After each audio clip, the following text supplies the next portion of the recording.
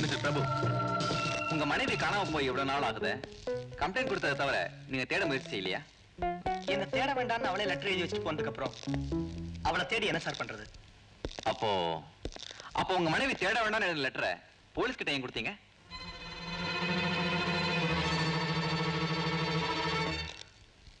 It is just for an information. நான் முறைப்படி என்ன செய்யணுமோ அதை தான் செஞ்சேன். என் பிரியா இல்லாத வாழ்க்கைய என்னால் நினைச்சு கூட பார்க்க முடியல. கல்யாணம் ஆனதுல இருந்து உங்க மனைவி கிட்ட நீங்க பழகின முறையில அவங்க மேல எதுவும் சந்தேகம் வரலையா? சந்தேகப்படும்படி அவன் நடந்துக்கல சார். திட்டம் போட்டு என்னை ஏமாத்தி இருக்கா. அவ விரும்புறவன் யாருன்னு தெரிஞ்சிருந்தா நானே அவனோட சேர்த்து வச்சிருப்பேன். அவ கொலை செய்யப்பட்டாங்கிறத இப்ப கூட என்னால நம்ப முடியல சார். என் பிரியா இல்லாத வாழ்க்கைய என்னால நினைச்சு கூட பார்க்க முடியல சார்.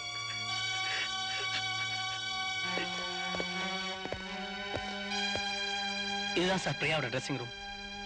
அவன் இந்த வீட்டை விட்டு போனதுல இருந்து நான் இந்த ரூமுக்கே வர்றதில்லை. அவன் மேல இருக்கிற வெறுப்புல இல்ல, அவளோட பழகின அந்த நாட்களை என்னால மறக்க முடியல. சாரி சார், உங்களை நிக்க வச்சு பேசிக்கிட்டு இருக்கேன். காஃபி கொண்டு வரேன்.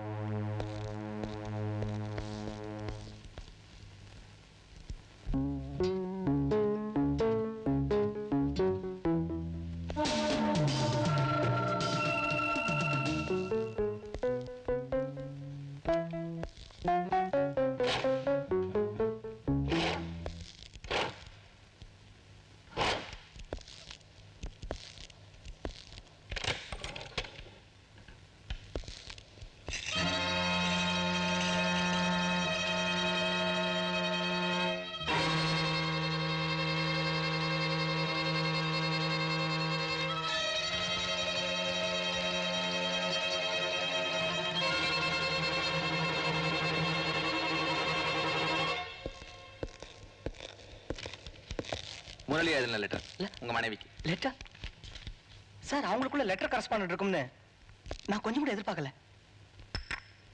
ரிலாக்ஸ் பிரபு. இந்த லெட்டர்ல எழுதிருக்கப்படி ஆகஸ்ட் 8ஆம் தேதி உங்க மனைவி அவங்க கூட போயிருக்காங்க. முரளியை கண்டுபிடிச்சா எல்லாம் உண்மையை தெரிஞ்சிடும். மற்றபடி என்ன விவரம் ஒண்ணு ஐ வில் கான்டாக்ட் யூ. சரி மிஸ்டர் பிரபு. சார், இவ்வளவு பெரிய வீட்டுல வேலைக்காரங்களே இல்லாம எப்படி தனியா?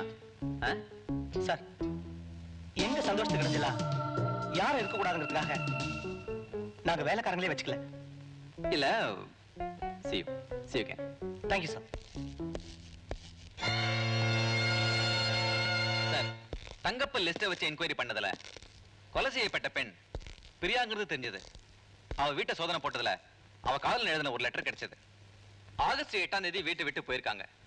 பிரபு வந்தப்போ வீடு பூட்டி இருந்திருக்கு. அக்கம் பக்கத்துல விசாரிச்சிருக்காரு. பிரியா யார் கூட வெளியில போயிருக்கதா சொல்லியிருக்காங்க. அதனால தங்கிட்ட இருந்த வேற சாவினால திறந்து வீட்டுக்குள்ள போயிருக்காரு.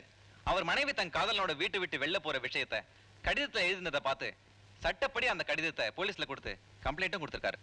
ஆகஸ்ட் 8ஆம் தேதி வீட்டை விட்டு போன பிரியா எப்படி போனா, யாரோட போனாங்கிறத விசாரிச்சு பாருங்க. Okay sir.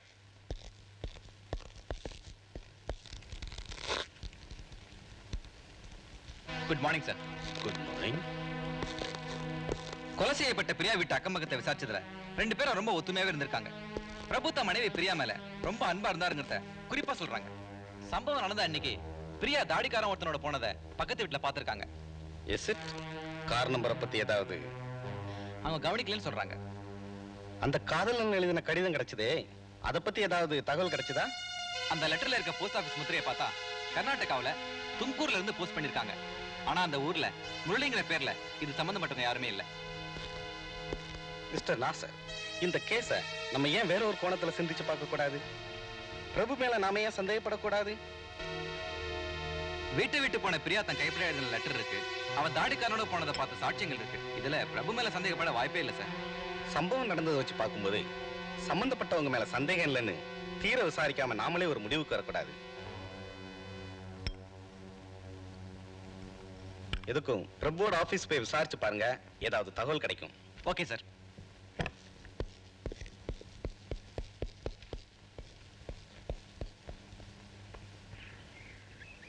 உங்க முதலாளி மிஸ்டர் பிரபுவை பத்தி நீங்க என்ன நினைக்கிறீங்க? ரொம்ப நல்லவர் சார். அவர் மாதிரி ஒரு முதலாளி கிட்ட ஒர்க் பண்றது நாங்கள் எல்லாம் ரொம்ப கொடுத்து வச்சிருக்கோம் சார். அவருக்கும் அவர் மனைவி பிரியாவுக்கும் உள்ள அண்டர்ஸ்டாண்டிங் எப்படி? அவர் வைஃப் மேல உயிரையே வச்சிருந்தாரு சார். ஆபீஸுக்கு வந்தது முதல் வேலையா வீட்டுக்கு போன் பண்ணி பேசிட்டு தான் சார் மறு வேலையே பாப்பாரு. இந்த காலத்துல வீட்டை விட்டு வெளியே வந்தா பொண்டாட்டிய மறந்துட்டு தான் சார் மறு வேலையே பாக்குறாங்க. ஆனா அவர் வைஃப் பிரியா அவருக்கு செய்த துரோகத்தை நினைச்சாதான். ஆமா, அவர் ஒய்ஃப் இறந்தா அந்த சொத்தெல்லாம் அவருக்கு தானே சேரும்? ஆமா சார், சொத்தை விட மனைவி பிரியா மேலதான் உயிரையே வச்சிருந்தார். அதை எப்படி அவ்வளவு உறுதியா சொல்றீங்க? ஆபீஸ் செக்கில எல்லாம் பிரியாமா தான் கையெழுத்து போடுவாங்க. அப்படி பல தடவை போடும்போது இனிமே எல்லா பொறுப்புகளையும் நீங்களே எடுத்துக்குங்கன்னு அந்த அம்மா சொன்னாங்க. ஆனா எங்க முதலாளி தான் முடியாதுன்னு சொல்லிட்டாரு. Okay, welcome sir. தேவைப்பட்ட வந்து பாக்குறேன்.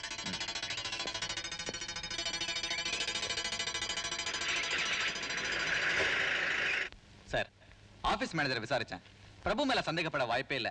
அப்படியே சந்தேகப்பட்டாலும் இந்த கொலை சம்பந்தமா இந்த தடயமும் கிடைக்கல, சாட்சியமும் இல்ல. சட்டத்திலிருந்து தப்பிக்க திட்டம் போட்டு தான் இந்த கொலையே நடந்திருக்கு. தடயமும் இல்லாம சாட்சியம் இல்லாம குற்றவாளின்னு தெரிஞ்சோம் நம்ம டிபார்ட்மெண்ட்ல பல பேரை கைது செய்ய முடியாத சூழ்நிலை. ஓகே மிஸ்டர் நாசர், இப்போதைக்கு இந்த கேஸை பெண்டிங்ல வைங்க.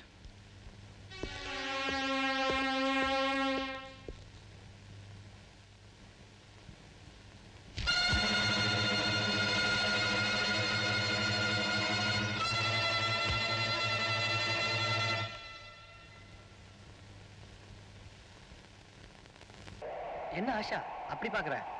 நான் சொன்னபடியே 60 நாள்ல வார்த்தை தவறாம வந்துட்டு பாத்தியா? வார்த்தை தவறுனா திருத்திக்கலாம், வாழ்க்கை தவறுனா ஒரு பொண்ணு எதை வேணாலும் தாழ்த்துவா. ஆனா தன் காதலை இன்னொருத்தி கணவன் ஆகிறதையோ தன் கணவன் வேறொருத்தி காதல் ஆகிறதையோ எந்த பொண்ணு தாங்கிக்கவே மாட்டா. ஆஷா, நீ போடுற புதிரே புரிய மாட்டேங்குதே. புதிரா வந்திருக்கிற உங்களுக்கே அது புரியலன்னா எப்படி? நீங்க ஏன் 60 நாள் டைம் சொன்னீங்கன்னு இப்பதான் எனக்கு புரியுது. ஆசை 60 நாள், மோகம் 30 நாள்னு சொல்லுவாங்க. ஆசை ஒரு இடத்துலயும் மோகம் ஒரு இடத்துலயும் வச்சிருந்திருக்கீங்க. ஆஷா, இன்னொரு தடவை என் பேரை சொல்லி கூப்பிடாதீங்க. காதல் தோல்வியை தாங்கிக்கிட்டு உங்களோட பழகின நாட்களை நினைச்சுக்கிட்டு காலப்புறம் இப்படி இருந்துடுறேன். எனக்கு வாழ்க்கை தரணும்னு இன்னொரு பொண்ணோட வாழ்க்கையை கெடுத்துறாதீங்க. எனக்கு இப்படி தெரியும் நினைக்கிறீங்களா? உங்க ஃபேமிலி டாக்டர் ரேவதி ஆனந்தா எனக்கு இப்ப சீஃப் டாக்டர். எதேச்சியா உங்க போட்டோவை பார்த்து அவங்க கிட்ட நான் உங்களுக்கு மனைவியாக போறத சொன்னேன். ஆனா நீங்க ஏற்கனவே ஒருத்திக்கு கணவன் ஆயிட்டீங்கிற உண்மைய அவங்க தான் என்கிட்ட சொன்னாங்க. என்னத்தான் ஏமாத்திட்டீங்க. உங்க மனைவி ஏமாத்திடாதீங்க. உண்மைதான் ஆஷா, எனக்கு கல்யாணம் ஆயிடுச்சு. எங்க மாமா சீரியஸா இருக்கிறதா தந்தி வந்த விஷயம் உனக்கு தெரியும். அவரை பார்க்க போன எனக்கு அவன் மகரூபத்தை அதிர்ஷ்டம் வந்தது. ஏராளமான சொத்துக்கு வாரிசானவள நான் வேண்டான்னு மறுத்தும் எங்க மாமாவோட கடைசி ஆசை நிறைவேற்றத்துக்காக என்ன தாலி கட்ட வச்சுட்டாங்க. ஒன்னு நினைச்சிட்டு நான் அவளோட வாழ்ந்த வாழ்க்கை ஒரு நாடகம். உண்மையில நான் கொண்ட காதல் தெய்வீகமானது. அன்னைக்கே நீதான் என் மனைவி முடிவு பண்ணிட்டேன். ஆனா வாழ்க்கைக்கு தேவை பணம், பணம் ஆஷா. அதுக்காக தான் எவ்வளவு நாள் காத்துக்கிட்டு இருந்தேன். உங்களையும் நம்பிக்கிட்டு இருக்க உங்க மனைவிக்கு துரோகம் பண்ணாதீங்க. ஒரு பொண்ணோட வாழ்க்கையில இன்னொரு பொண்ணு குறுக்கிடாம இருந்தா எந்த ஆம்பளையும் ஒருத்தியோட மட்டும்தான் வாழ்க்கை நடத்துவான். நீ சொன்ன மாதிரி உன் ஒருத்தியோட மட்டும் வாழத்தான் உன்னை தேடி வந்திருக்கேன். இன்னொரு பொண்ணோட கண்ணீர்ல நான் உங்களுக்கு மனைவியா வாழ விரும்பல. அதுக்கு இந்த சட்டமும் சமுதாயமே இடம் தராது. கரெக்ட். அதனாலதான் நான் அவளை கொன்னுட்டேன். ஆமா, மனைவி மேல உள்ள காதல்னால தாஜ்மஹால் ஒரு சமாதியை கட்டினா ஷாஜகான். ஆனா நான் உனக்காக என் மனைவியே சமாதி கட்டிட்டேன். சட்டத்தின் கண்களுக்கு அவ ஓடி போனவ, தன் காதல்னால கொலை செய்யப்பட்டவ. பிரபு, கொடுமைக்காரா இருப்பீங்கன்னு நான் நினைச்சு கூட பார்க்கல. சில தேவைகள் நமக்கு தேவைப்படும் போது தப்பு பண்றது தப்பே இல்லை. உன் ஒருத்திக்கு மட்டும் கணவனா வாழவும் வசதியா வாழ பணம் தேவைங்கிறதுக்காக தான் நான் இந்த கொலையை திட்டம் போட்டு செஞ்சேன். நீங்க செஞ்ச தப்புக்கு என்ன காரணம் காட்டாதீங்க.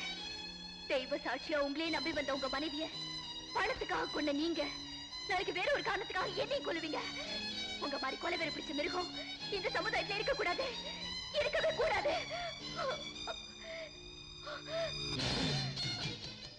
ஆஷா, நீதி தேவத சிலையை எனக்கு பரிசா கொடுக்கும்போது புது அர்த்தத்தை சொன்னீங்க. அதுக்கு உண்மையான அர்த்தத்தை இப்ப நான் உங்களுக்கு புரிய வைக்கிறேன். நடந்த உண்மையெல்லாம் போலீஸ்ல சொல்லிடுறேன். ஆஷா, தப்பு பண்ண ஆம்பளைங்களுக்குலாம் உன்ன மாதிரி பொம்பளைங்க தண்டனை வாங்கி கொடுக்க ஆரம்பிச்சா இந்த உலகத்துல ஆம்பளைங்களே இருக்க மாட்டாங்க. நீ ஒரு கொலைகார. நீ செஞ்ச தப்புக்கு தண்டனை அனுபவிச்சு ஆகணும். ஆஷா ப்ளீஸ், நான் சொல்றது கேளு. நான் தண்டனை அனுபவிச்சு வரல, உன்னோட வாழ வந்திருக்கேன். உன்ன மாதிரி மிருகத்தோட வாழ்க்கை நடத்த நான் தயாரா இல்ல. ஆஷா, என்ன மிருகமாக்காத. இப்ப மட்டும் நீ மனுஷனாவா இருக்க?